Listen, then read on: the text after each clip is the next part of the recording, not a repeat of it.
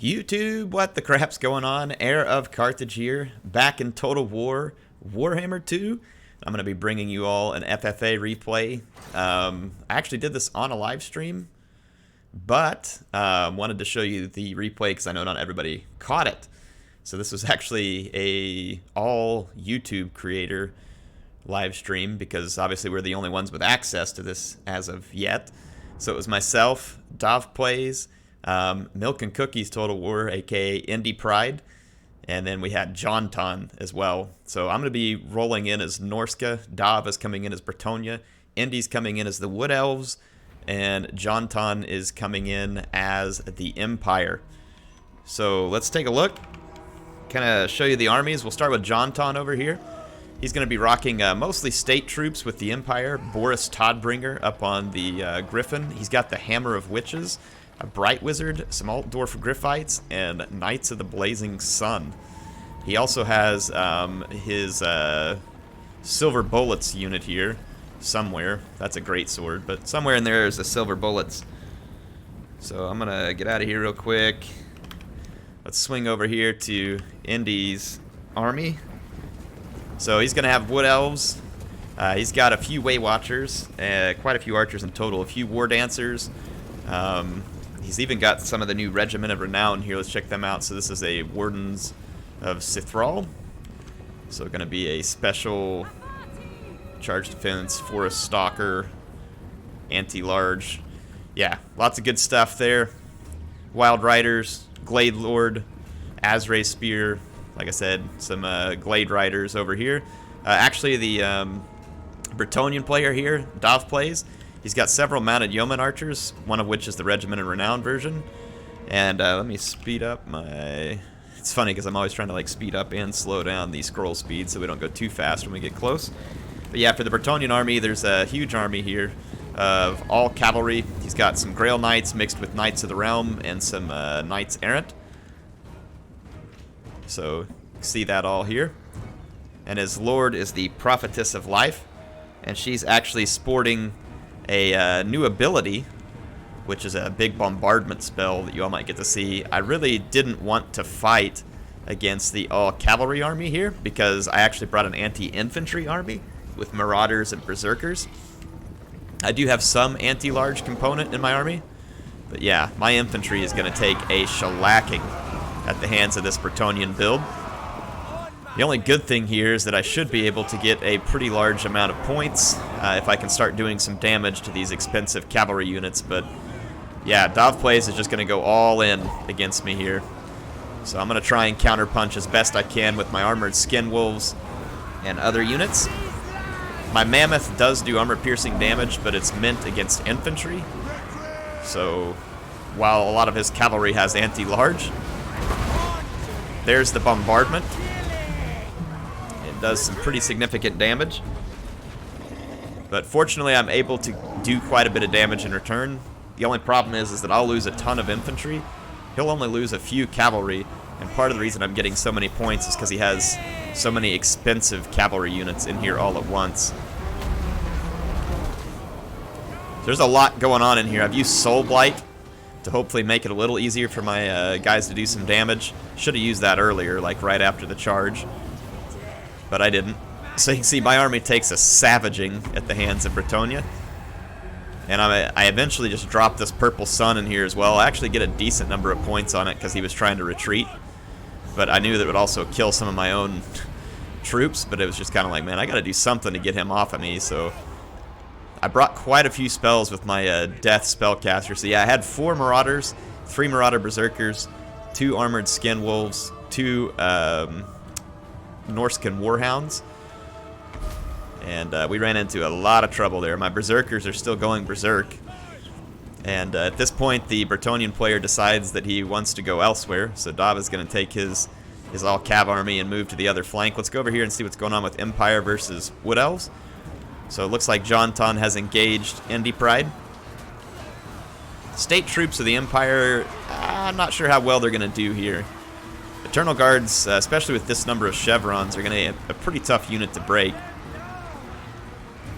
You see Jonton trying to hit these Dryads with his Knights of the Blazing Sun. That's understandable. they'll be weak to that unit. But there's a lot of archers sitting back. There's more war dancers in reserve. And the Empire is going to be hard-pressed to break this line of Wood Elves. There's going to be a bombardment there on the Eternal Guards, and it's going to do pretty solid damage. So you can see right now I'm in second place, Dava's in first, but I'm separated from the fight by a long distance and facing off against a few annoying horse archers, so I'm not going to be in the best of places right now. So the Flaming Sword of Ruin, again, trying to take out the Dryads. And it looks like he's going to punch through. Let's see if he can get to the archers, because that's going to be the key here. So here comes the Knights of the Blazing Sun. And they do indeed find some Deepwood Scouts back here. Sorry, those were Deepwood Scouts. I was thinking Way Watchers. My bad. Similar, but not quite the same. These Spearmen are back here trying to defend the Hammer of Witches and the Silver Bullets, but they're going to have their work cut out for them. And then over here, Bretonia has come in and swamped the Altdorf Griffites, which can normally do a lot of damage versus large, but that's a lot of cavalry for them to try and handle. And Bretonia is just going to plow right on in. And again, all I'm doing over here right now is just trying to get rid of these horse archers that are in my way. You can see that Dovplays is quickly jumping out to a large lead. Jonton's fight with the Wood Elves did not yield him many points. And Indy is overtaken me now, because he's picking up quite a few points, again, fighting this expensive cavalry. So you can kind of see what's going on here. Kind of surprised that these Silver Bullets continue to survive back here, but it's because everybody was going for the Hammer of Witches, which shattered. And that Hammer of Witches is the precise reason why I didn't attack Jonton to begin with. But I probably should have. I would have been better off than facing that all-cavalry army. But again, in some ways, it wasn't bad. You can see the separation now starting to increase, and I'm going to fall quite a ways behind in points. Let's check out these Deepwood Scouts from Indy Pride. Firing in, there's some Glade Riders here as well. Looks like they're trying to mop up some remaining Empire troops, and then over here, Indy's forces are chasing the Bretonian and the Empire, and the Prophetess is here trying to lend support to all of her cavalry. And she's doing a good job of it.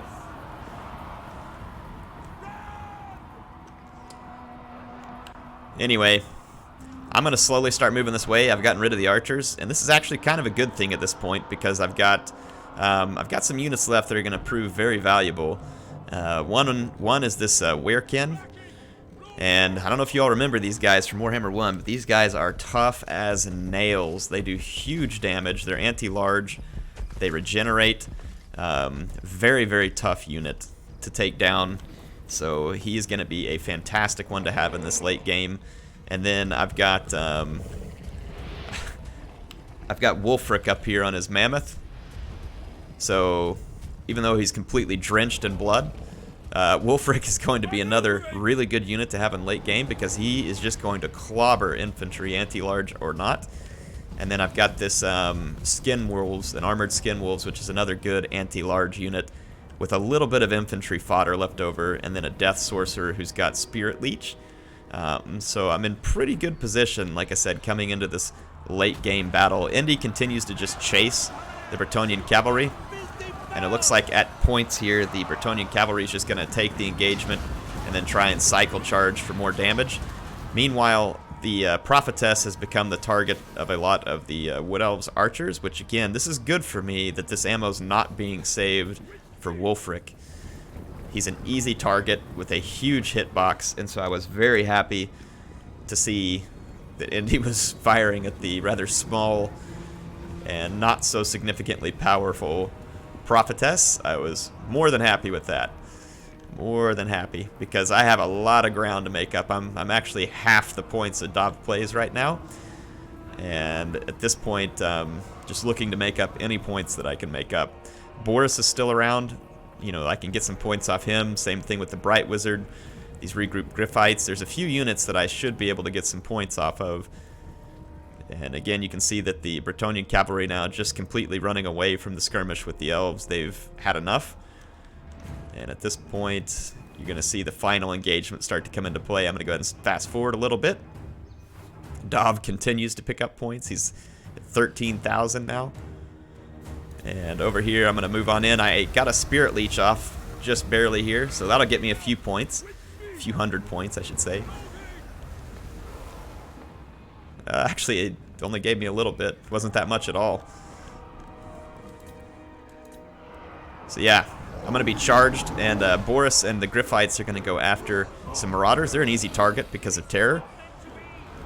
He's obviously not going to want to stay engaged with me here on the ground, but I don't think his Griffites will be able to escape this as easy as he wants. And I've got my Werekin here too, and he is going to really put a beating on these Griffites, or to be honest, any other unit at this point in the game. And like I said, he replenishes too. So yeah, you can see the Werekin. I'm trying to get him to catch Boris, but we don't quite do it. The Wood Elves are now in position. They're going to fire their last few volleys. It's going to hurt. But again, thank goodness they didn't save more ammo. I got another Spirit Leech off on Boris right there. The remaining Bretonnian cavalry has sprung out here and gone for the Wood Elves. So again, fine with me. I'm going to attack the Wood Elves here, but I want to make sure that my big units don't take the brunt of the spears of the Wood Elves. I'm going to put my Skin Wolves and my Werekin down here to try and destroy some of these Grail Knights and companions. I want them out, and it's going to give me a decent number of points. I'm going to use my infantry to go ahead and just meat shield into the Wood Elf infantry and hopefully keep them busy for as long as I possibly can. My Berserkers would be quite good against Wood Elf infantry. It's just that they're so weak already at this point. It's going to be a bombardment in here, which is not great for me. It's a pretty nice bombardment there by Jonton, actually. So yeah, at this point I'm feeling pretty confident, because what's gonna stop me here, right? I'm gonna use Soul Blight, by the way, just to make things tougher. I can keep Wulfric moving. He'll be the target of the attack, and if everybody's trying to attack him, it'll make them more vulnerable to these other units they're not trying to attack, and I can cycle Wulfric in and out of the fight. I've, at this point, completely forgotten to use my abilities on Wulfric, but I start using them here pretty quickly. Here comes the ship ability. I didn't quite target it the right direction, so that was unfortunate. But I'm using the special abilities on Wulfric to weaken the Glady. But she's going to be too fast. She's going to get away from me.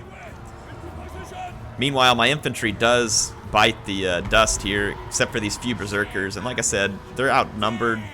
They're going to get decent kills, considering how outnumbered they are, because the Wood Elves are pretty vulnerable to units like Berserkers. Unless they're skirmishing, of course, and then they'll do great. But Wulfric is just going to run amok all over these guys. And I'm starting to make up a little bit of the point gap here. I don't have a lot of units for Indy to damage, whereas he has a lot of infantry that's taking considerable damage from Wulfric. Here comes another bombardment from Jonton, so he's just being relentless in the background, picking him up some extra points.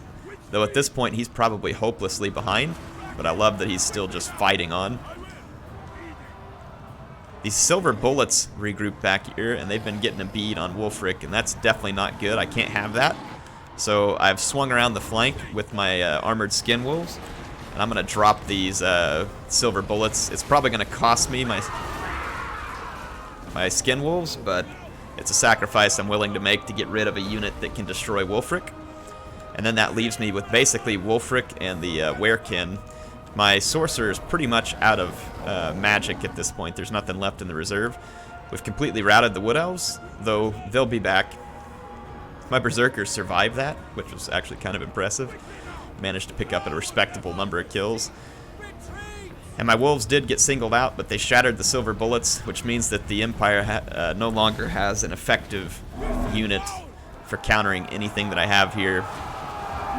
And I'm just going to go all in against Boris. And I don't really like the fact that Wulfric is fighting Boris head on. I'd really rather the Werekin be helping him, but this Bright Wizard keeps getting in the way of the Werekin. I'm trying hard to get the Werekin close enough, because he's the one that can really put the beating on Boris. But Wulfric's just going to have to do here. So I take a little bit of damage, but Boris can't stand up to a Mammoth in that kind of health. So he gets wrecked. Wulfric puts him out, and then the Bright Wizard's going to rout too. Going to be terrified. So again, the point gap starts to close, but Indy is still about 1,000 points or so ahead of me. That's okay, we got some targets incoming here.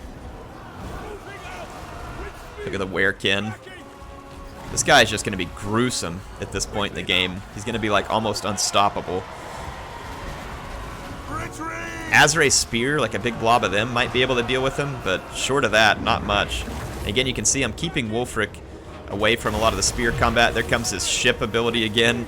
He rips through some of the Elven infantry and causes another rout. The kills are starting to mount for Wulfric as well. Views the debuff ability, the Hunter of Champions. And we're going to hold the Glady in place here. And we're going to put her down. And at this point, there's just a Bright Wizard and a few spears from Jonton, so even though the battle started off pretty tough for me, getting slammed by that Bretonnian army of Dav, because I was in a good position with the right units here, I came back at the last, and I'm able to be a very strong contender for Last Man Standing, which gets you a big point bonus, and it leaves me in a good position to kill almost everything left. So I'm going to get all the points from that, plus getting the last stand point bonus, because honestly at this point there's nothing on the battlefield that can kill Wulfric, or even more difficult to kill this Werekin because he regenerates. So yeah, we're in really good shape here. I've managed to catch up here at the very end, and the Wood Elves regrouped again. And again, the fact that they haven't shattered, this actually works to my favor point-wise, because I'm going to get to come get more points. So those Azrae Spear are going to shatter on contact. They're just too low on hit points and leadership. And then we're going to go after the Glady back here because she's got some points and the other infantry started routing. That's going to help me overtake Indy Pride here at the very last second. But then also there's the point bonus that comes my way. So last second comeback into second. There goes the Bright Wizard and the Glady. There's a last just few units on the battlefield, but their leadership's about to give way. And there it is. Check out Wulfric on his mighty mammoth here. Started off tough, but ended up finishing strong. Let's see if it was enough. Indeed it was. So the Last Man Standing bonus put me over the top there. It was bigger than I thought it was, actually. So that bonus for being the last one alive carried the day. Dovplay's got a ton of points because he hit me so hard at the beginning and then was so aggressive against the other players too. Indy Pride also got a lot of points, and when it just came to in-battle points, I barely overtook him. I think I was a few hundred points in front of him, but when I get that Last Man Standing bonus, it put me up over the top. And so that's something you got to be aware of. You don't have to be the last man standing to win, but the person who is the last person standing is going to get a huge number of points as a bonus. So it's just something you got to be careful of, like understanding when and where and how everything gets played, right? And in this case, it just ended up working out to my favor the way that was, to get hurt early, but then come back strong late, because that was where the most points were at stake with that that bonus. But fun battle. Let's take a look at everybody's kills. Dovplays here racked up a ton of kills with his all-cavalry army. Really did a ton of damage. Probably more damage, obviously, than anybody else, if you look at the points that was in battle. So when it came to the in-battle damage, he did a lot. Did quite a lot. Indy Pride also putting up a good fight. Interesting army here. Very mixed army with mixed capability, which is probably a good idea to bring into a free-for-all, because you never know what you're going to come up against. He had anti-large, he had anti-infantry, he had ranged with armor piercing, he had skirmish ability. He didn't have like a big high damage unit like a Tree Man or Durthu or anything else like that, but the rest of his army combined to give him quite a different feel to it. Jonton, on the other hand, bringing cheaper infantry units, maybe hoping to slog out some fights with the cheaper stuff, and then just do a lot of damage with the Hammer of Witches, Boris, and his Spellcaster. So I have to assume that maybe that was the thought behind his build. It didn't work out this time, based on what he was surrounded with, and that can happen quite easily in FFA, because you never know what you're going to come up against. But in any case, hope you all enjoyed this one. It was a lot of fun. Really appreciate those other content creators jumping in with me and making for a really fun match. I didn't expect to get to play any multiplayer on this before release, but they jumped on my live stream and we got to play it, and it was a ton of fun. So make sure you join those live streams if you want to see it live, if you have the opportunity. I know that timing can be tough, but if you haven't been joining the live streams, you're missing out on some really cool action, and I would love to see you there if you get a chance. So again, thanks to all those creators. Appreciate them. HeirofCarthage signing out for now. I will see you all next time.